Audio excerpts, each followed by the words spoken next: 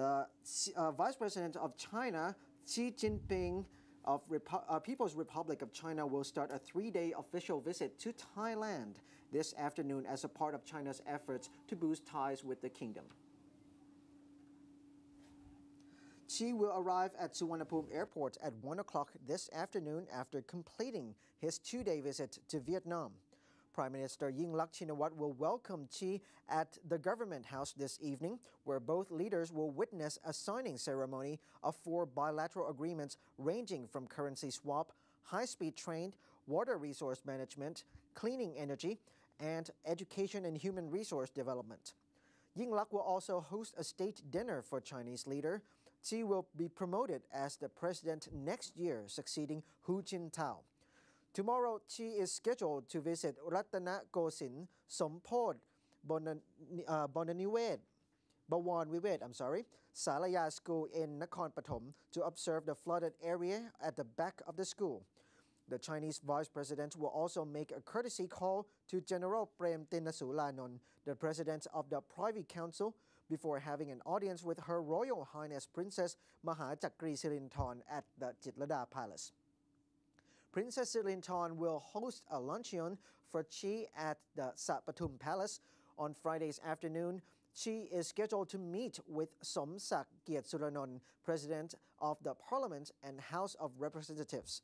In the evening, he will meet the Thai dignitaries and friends of China at the Shangri-La Hotel. On Saturday, Xi will meet with Apisit Wechashiwat, the leader of the opposition. He will end his official visit to Thailand by delivering a speech at the Confucius Institute of Chulalongkorn University. More on Thailand and China. KASIKORNBANK will sign an agreement with China Development Bank this evening to promote financial cooperation. Bantoon Lamsam, the CEO of KASIKORNBANK, and Li Jiping, Vice President of China Development Bank, will sign the agreement that would pave the way for further cooperation between the two banks. Moreover, the agreement would also help facilitate financial and trade transactions between Thailand and China, which is keen to promote yuan as a global currency. The signing of the agreement will take place at KASIKORNBANK's headquarters on Ratchaburana Road. The event also coincides with the 3-day visit to Thailand of Xi Jinping, Vice President of the People's Republic of China, who is trying to deepen relations between the two countries.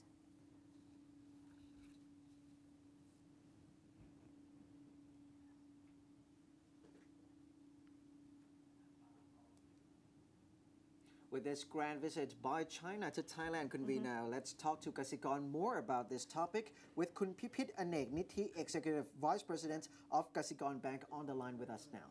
สวัสดีครับ Kun Pipit. สวัสดีค่ะ Yes, Kun Pipit, can you hear us? Yes, I hear you. Okay, welcome to the program.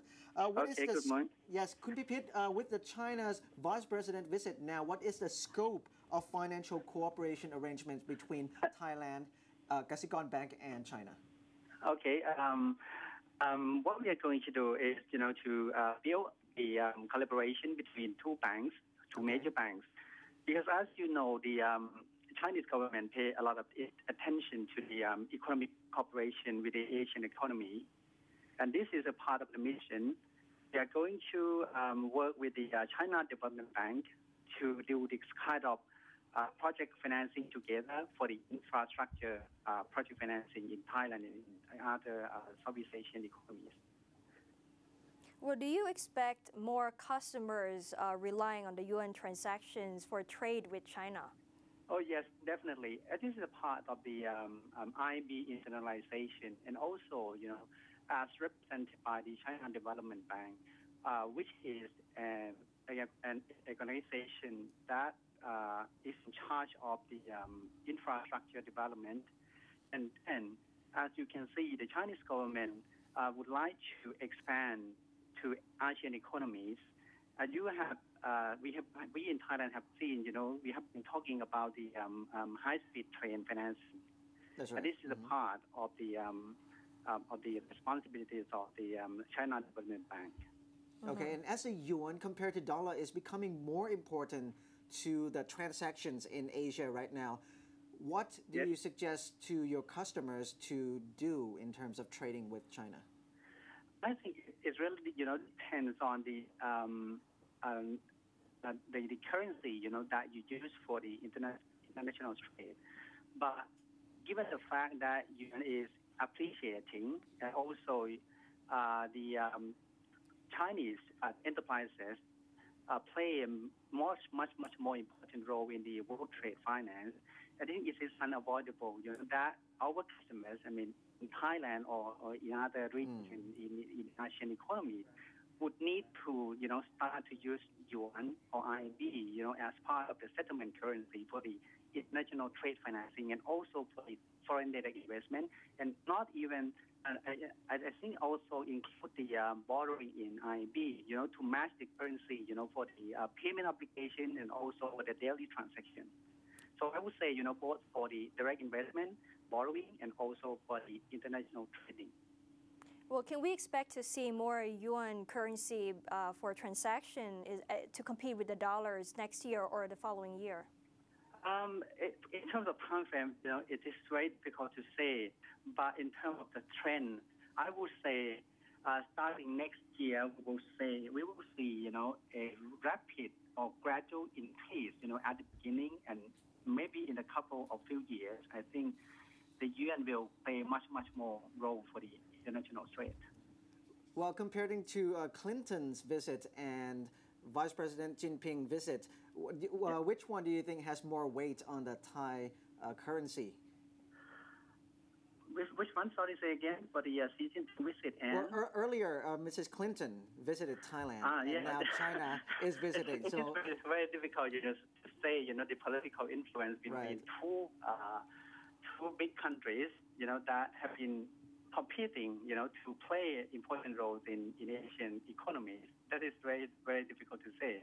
But again, in terms of trade, you can see the role of China, in world trade account for much more, than U.S. at the moment. Okay. So, but in terms of stability of the currency, U.S. dollar is definitely, the dominant currency in the international trade, right?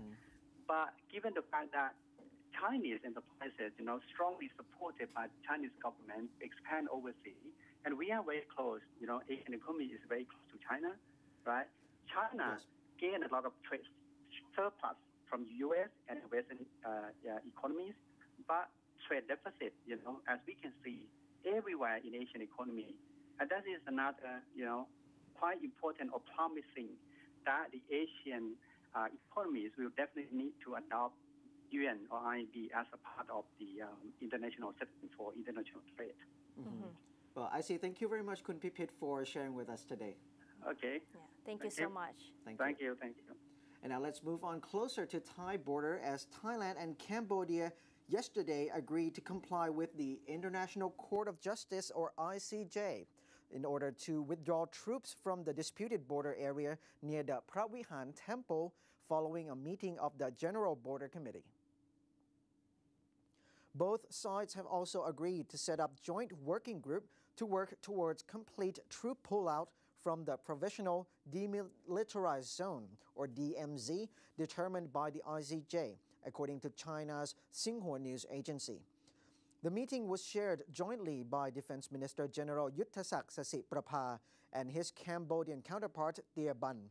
A joint statement issued after the meeting said the group would work for a complete and simultaneous redeployment of the two countries' military personnel from their current positions in the DMZ at the earliest in a transparent manner under the watchful eyes of Cambodian, Thai, and Indonesian observers. The joint working group will comprise representatives designated by each side and convene a meeting at the earliest, it said, adding that Thailand had agreed to host the first meeting. Both sides have also agreed to cooperate on cleaning landmines in the DMZ, which covers some 17 square kilometers near Pravihan. The court's injunction is pending an interpretation of the ICJ 1962 ruling requested by Cambodia to clarify whether the land in the vicinity of the temple comes under Cambodian sovereignty. In 1962, the court ruled that the temple is situated in Cambodia, but Thailand argued that it owns the area adjacent to the Pravihan.